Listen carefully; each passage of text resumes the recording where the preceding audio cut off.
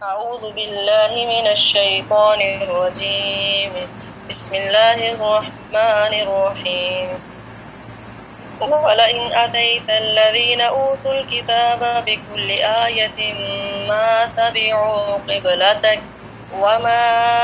أنت بتابع قبلتهم وما بعضهم بتابع قبلة بعض ولئن اتبعت أهواءهم من بعد ما جاءك من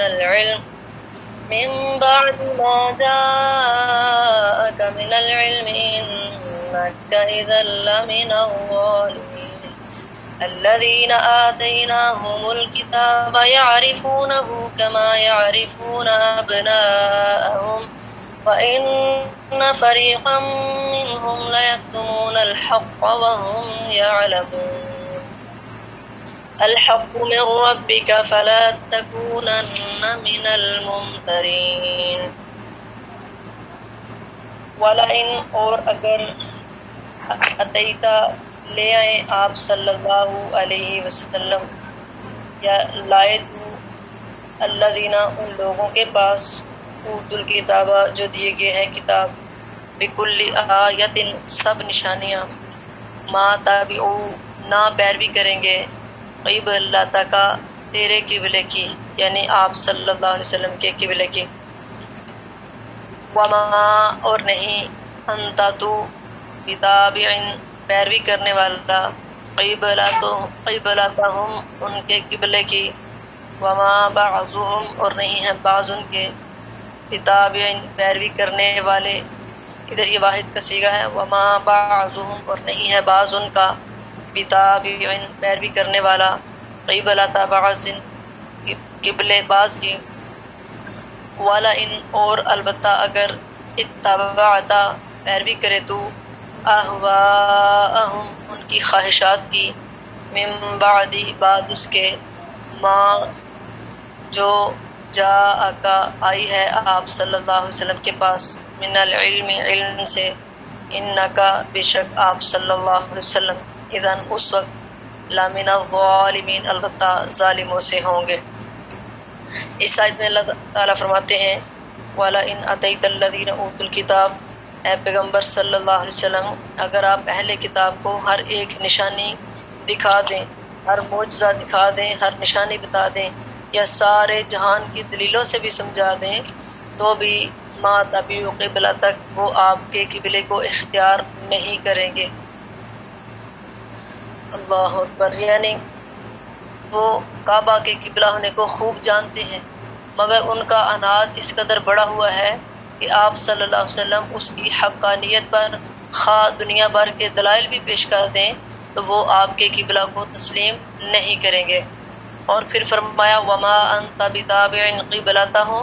اور آپ بھی ان کے قبلے کی پیروی کرنے والے نہیں ہیں، یعنی آپ صلی اللہ علیہ وسلم نے بھی ان کے قبلے کی پیروی نہیں کرنی، ان کے قبلے کی طرف منہ کر کے نماز نہیں پڑھنی، اور آپ بھی حکم وحی کے پابند ہونے کی وجہ سے ان کے قبلے کو اختیار نہیں کر سکتے۔ پھر اللہ تعالیٰ نے فرمایا وما بعضهم بتابع قبلۃ بعض، فرمایا اب بیت المقدس کی طرف جو آپ نے تو منہ نہیں کرنا، آپ صلی اللہ علیہ وسلم نے اس کے بدلے میں بیت اللہ کی طرف منہ کرنا ہے، اور فرمایا خود یہ جو اہل کتاب ہیں وما بعضهم بتابع قبلۃ بعض یہ اہل کتاب میں سے ایک دوسرے کا قبلہ بھی نہیں مانتے، یعنی یہ یہودی بھی اور عیسائی بھی دونوں ہی بیت المقدس کی طرف منہ کرتے ہیں، لیکن ان کے باہمی عناد کا یہ حال ہے کہ وہ ایک دوسرے کے قبلے کو پسند نہیں کرتے۔ یہود صخرہ کی طرف منہ کرتے ہیں اور نصارہ بیت المقدس کی مشرقی جانب کی طرف، یعنی دونوں ہی بیت المقدس کی طرف منہ کرتے ہیں، لیکن یہودی بیت المقدس کے مغرب کی طرف کرتے ہیں اور عیسائی بیت المقدس کے مشرق کی طرف منہ کرتے ہیں، اور یہودی مشرق کی طرف منہ نہیں کریں گے اور عیسائی مغرب کی طرف نہیں کریں گے۔ فرمایا ان کے اختلافات، ان کے بغض اور عناد کا حال تو یہاں تک ہے کہ یہ اہل کتاب ہونے کے باوجود بھی ایک دوسرے کے قبلے کو اختیار نہیں کرتے، تو آپ صلی اللہ علیہ وسلم نے بھی ان کے قبلے کو اختیار نہیں کرنا۔ اور پھر فرمایا وَلَئِنِ اتَّبَعْتَ أَهْوَاءَهُمْ مِنْ بَعْدِ مَا جَاءَكَ مِنَ الْعِلْمِ، فرمایا اور آپ کو جو علم اللہ کی طرف سے پہنچا ہے اگر اس کے بعد بھی آپ ان کی خواہشات پر چلیں گے انک اذا لمن الظالمین تو اس وقت آپ کا شمار بھی ظالموں میں سے یعنی بے انصافوں میں ہوگا۔ اب یہ خطاب تو جو ہے ظاہری طور پہ نبی صلی اللہ علیہ وسلم سے ہے، یعنی اس کے مخاطب تو آپ صلی اللہ علیہ وسلم ہیں، مگر مراد امت ہے کہ اگر ایک شخص عالم دین ہو کر اہل بدعت ہو اور اہل ہوا کی پیروی کرتا ہو یا اہل بدعت کی پیروی کرتا ہو تو اس پر بھی عذاب ہے۔ پھر فرمایا کیا حال ہوگا ان علماء کا جو اہل بدعت کی مخالفت کی بجائے ان کی محفلوں عید میلاد النبی تعزیہ وغیرہ کے جلوسوں میں شریک ہوتے ہیں، یہ ختم جو ہے کل تیجا 40واں ساتہ اور یہ عرس یہ برسیاں یہ سارا کچھ یہ بھی اسی کے اندر آتے ہیں۔ تو اللہ نے فرمایا والا ان اتبعت اهواءهم من بعد ما جاءك من العلم، جب آپ کے پاس علم آ چکا ہے، آپ کو پتہ چل گیا ہے کہ ساری باتیں بے بنیاد ہیں، غلط ہیں، اور آپ کو یہ پتہ چل گیا ہے کہ آپ کا قبلہ بیت اللہ ہے، تو آپ نے اگر اس حکم کے آ جانے کے بعد اس علم کے آ جانے کے بعد اگر آپ صلی اللہ علیہ وسلم نے ان کے قبلے کی پیروی کی، ان کی خواہش کی پیروی کی تو آپ کا شمار بھی ظالموں میں سے ہوگا۔ مخاطب تو آپ صلی اللہ علیہ وسلم، اگر ساری امت کو کہا جا رہا ہے کہ کبھی بھی یہود و نصارہ سے سمجھوتا نہیں کرنا دین کے معاملے میں، اور اللہ نے ظاہری طور پر قرآن پاک میں منع فرمایا ہے کہ کوئی مومن کوئی مسلمان کسی یہودی یا عیسائی سے اہل کتاب سے دوستی نہیں کرے گا، نہ ہی مسلمانوں کو ان کو راز بتائے گا۔ تو جب ان سے دوستیاں کرنے سے منع کیا گیا ہے تو پھر ان کے دین کی اتباع کرنے سے بھی منع کیا گیا ہے۔ اور اسی طرح اگر ایک شخص توحید پرست ہے، عالم دین ہے، تو وہ اس کو بھی چاہیے کہ بدعتی لوگوں کو اپنی خواہش جو اپنی نفس کی خواہشات ہیں اس کو پوجنے والا جو ہے اس کو منع کرے۔ ہر عالم دین کا یہ ایک فریضہ ہے کہ وہ لوگوں کو برائی سے، بدعت سے، شرک سے، کفر سے، نافرمانی سے، فسق و فجور سے روکیں، اگر نہیں روکیں گے تو ان کا شمار بھی ظالموں میں سے ہوگا۔ پھر اللہ رب العالمین نے فرمایا الذین وہ لوگ آتیناہم کہ دی ہم نے ان کو الکتاب کتاب یعنی تورات، یعرفونہ پہچانتے ہیں اس کو یعنی آپ صلی اللہ علیہ وسلم کو، کما جیسا کہ یعرفونہ وہ پہچانتے ہیں ابناءہم اپنے بیٹوں کو، وَإِنَّا اور بے شک فریقاً ایک گروہ منہم ان میں سے لَيَكْتُمُونَ الْحَقَّ البتہ چھپاتے ہیں حق کو، وَهُمْ يَعْلَمُونَ اور وہ جانتے ہیں۔ اب اس آیت میں اللہ نے فرمایا کہ جن کو ہم نے کتاب دی، مراد یہودی عیسائی ہیں، دونوں کو ہی اہل کتاب کہا گیا ہے، اور فرمایا کہ وہ اس کو یعنی قبلے کے بدلنے کو یا حضرت محمد رسول اللہ صلی اللہ علیہ وسلم کو ایسے پہچانتے ہیں جیسے اپنے بیٹوں کو پہچانتے ہیں، اور ایک فرقہ ان میں سے جان بوجھ کر حق کو چھپا رہا ہے۔ پہلے بیان ہو چکا ہے کہ اہل کتاب کعبہ کے قبلہ بر حق ہونے کو خوب جانتے تھے مگر بوجہ ضد اور ہٹ درمی کے انکار کرتے۔ اب اس آیت میں بھی بتایا جا رہا ہے کہ قبلہ کی طرح اہل کتاب کو جس طرح ان کو یہ معلوم تھا کہ آخری پیغمبر کا قبلہ خانہ کعبہ ہوگا، اسی طرح ان کو نبی آخر الزمان جناب محمد رسول اللہ صلی اللہ علیہ وسلم کے نبی ہونے میں کسی قسم کا بھی شک نہیں ہے، مگر پھر بھی ان میں سے اہل علم کا ایک گروہ حق کو چھپا رہا ہے اور نبی صلی اللہ علیہ وسلم کی نبوت کو نہیں مان رہا۔ تو ایک گروہ اس لیے فرمایا کہ اہل کتاب میں سے بعض علماء جیسے عبداللہ بن سلام وغیرہ تھے، وہ نبی صلی اللہ علیہ وسلم کی صداقت کو جاننے کے بعد مسلمان ہو گئے تھے، اور عبداللہ بن سلام رضی اللہ عنہ کو کہا گیا کہ ہمارے قرآن میں لکھا ہے کہ اہل کتاب اپنے بیٹوں کی طرح نبی صلی اللہ علیہ وسلم کو پہچانتے ہیں، تو انہوں نے یعنی عبداللہ بن سلام نے کہا کہ ہم تو اپنے بیٹوں سے بھی زیادہ نبی صلی اللہ علیہ وسلم کو پہچانتے ہیں، اور ساتھ انہوں نے بہت پیاری اور بڑی مزے کی بات کہی، انہوں نے کہا کہ ہم اپنی بیویوں کے پاس ہر وقت تو نہیں رہتے، ہمیں کیا پتا کہ یہ ان کے بطن سے پیدا ہونے والا بیٹا ہمارا ہے یا نہیں، ہم اتنا اپنے بیٹوں کو بھی نہیں پہچانتے جتنا ہم آخری پیغمبر جناب محمد رسول اللہ صلی اللہ علیہ وسلم کو پہچانتے ہیں، کیونکہ آپ صلی اللہ علیہ وسلم کے اندر وہی صفات پائی جاتی ہیں جو ہماری کتاب کے اندر موجود ہیں۔ تو اللہ نے فرمایا ان میں سے ایک گروہ جو ہے اکثر ایسے ان میں سے لوگ ہیں جو حق کو جاننے کے باوجود بھی چھپاتے ہیں، یعنی نبی صلی اللہ علیہ وسلم کی نبوت کا انکار کرتے ہیں۔ پھر اللہ تعالیٰ نے فرمایا الحق حق ہے میرے ربی کا تیرے رب کی طرف سے۔ اللہ تعالیٰ فرماتے ہیں میرے پیغمبر جناب محمد صلی اللہ علیہ وسلم آپ کے رب کی طرف سے حق ہے، فلا تکونن پس نہ تو ہو جا من الممترین شک کرنے والوں میں سے۔ اب اللہ نے فرمایا حق بات وہی ہے جو تیرے پروردگار نے فرما دی، جو تیرے رب نے کہہ دی ہے، یعنی جو آپ کا رب فرماتا ہے اس میں کسی قسم کا شک نہیں ہونا چاہیے، تو آپ بھی کسی قسم کے شک میں نہ پڑیں۔ اب اس میں تنبیہ ہے کہ منافقین اور یہودیوں کے پراپیگنڈے سے متاثر نہیں ہونا چاہیے۔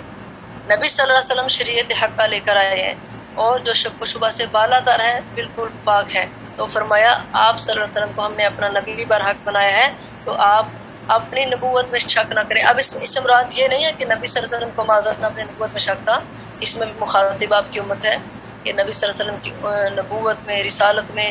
آپ صلی اللہ علیہ وسلم کی کسی بھی معاملے میں شک نہیں کرنا چاہیے، اس لیے کہ آپ صلی اللہ علیہ وسلم اللہ کے سچے نبی ہیں، اللہ نے آپ کو اپنا نبی بنا کر بھیجا ہے۔ اللہ اکبر کبیرہ۔ آگے اللہ فرماتے ہیں وَلِكُلٍّ وِجْهَةٌ، اور ہر ایک کے لیے، وَلِكُلٍّ اور واسطے ہر ایک کے، وِجْهَةٌ ایک سمت ہے، ایک طرف ہے، ہوا کہ وہ مولیہ منہ کرتا ہے اس کی طرف، فَاسْتَبِقُوا الْخَيْرَاتِ، بس تم آگے بڑھ جاؤ نیکیوں میں، بھلائیوں میں، اینما جہاں کہیں بھی، تکونوا تم ہو، یأتی لے آئے گا، بکم تمہیں، اللہ تعالی، جمیعاً سب کو،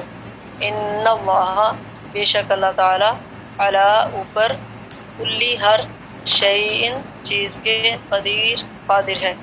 اب اس آیت میں اللہ رب العالمین فرماتے ہیں وَلِكُلٍّ وِجْهَةٌ هُوَ مُوَلِّيهَا فَاسْتَبِقُوا الْخَيْرَاتِ، فرمایا ہر ایک دین والے کا ایک قبلہ ہے جدھر وہ منہ کرتا ہے، ہر ایک مذہب والے کے لیے ایک سمت ہے، ایک جس کی طرف وہ منہ کرتا ہے، تو فرمایا مسلمانوں فَاسْتَبِقُوا الْخَيْرَاتِ، تم نیکیاں کرنے میں آگے بڑھ جاؤ، سبقت لے جاؤ، بازی لے جاؤ۔ اب اس آیت میں بتایا جا رہا ہے کہ کسی بھی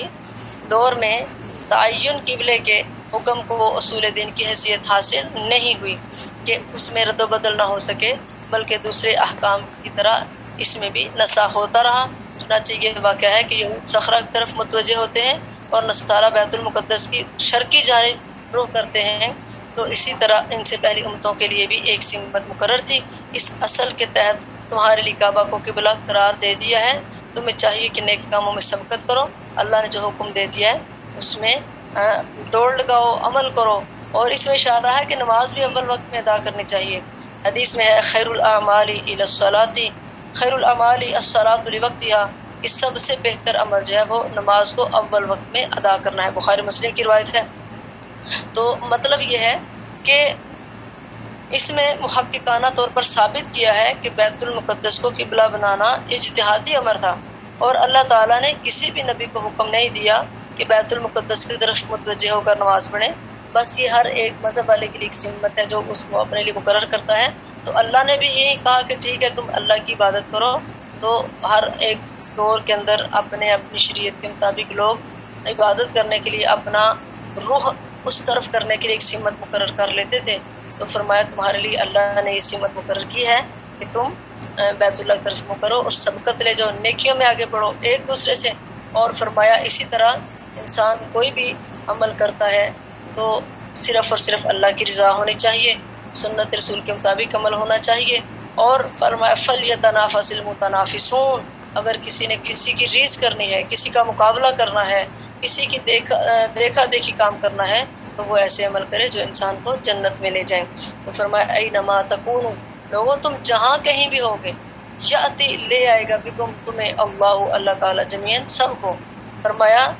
تم جہاں بھی ہوگے تمہیں اللہ اکٹھا کرے گا، یہاں تک کہ اگر کوئی آدمی دریا کے اندر ڈوب گیا ہے، کوئی آگ کے اندر جل کر راکھ بن چکا ہے، یا کوئی کسی درندے کے پیٹ کے اندر چلا گیا، وہ فوت ہوا ہے اور وہ قبر کے اندر دفن ہوا، فرمایا جہاں کہیں بھی تم رہوگے تمہیں اللہ سب کو اپنے پاس اٹھا کر لے گا۔ اللہ تعالیٰ قیامت کے دن تمہارا محاسبہ کرے گا، جس انسان کے اعمال اچھے ہوں گے وہ اللہ کی رحمت اور اسی توفیق سے جنت میں جائے گا، اور جس کے اعمال میں کفر ہوا، شرک ہوا، بدعات ہوئی، تو وہ اپنے اعمال کی سزا میں جہنم میں جائے گا۔ ان اللہ، بے شک اللہ تعالیٰ، علی اوپر، کلی ہر شیء چیز کے، قدیر قادر ہے، یعنی اللہ تعالیٰ سب کچھ کر سکتا ہے، اللہ کے لیے کوئی مشکل نہیں ہے۔ آخر تم سب کو اللہ کے حضور جمع ہونا ہے اور اپنے نیک کاموں کے متعلق تم سے پوچھا جائے گا، نیک اعمال کا تمہیں اچھا بدلہ دیا جائے گا، اور برے اعمال پر تم پر سرزنش کی جائے گی، اور تمہیں جو ہے اپنا محاسبہ دینا ہوگا قیامت کے دن۔ تو اس سے بہتر ہے کہ ہم دنیا میں اپنا محاسبہ کر لیں، اللہ سے ڈر جائیں،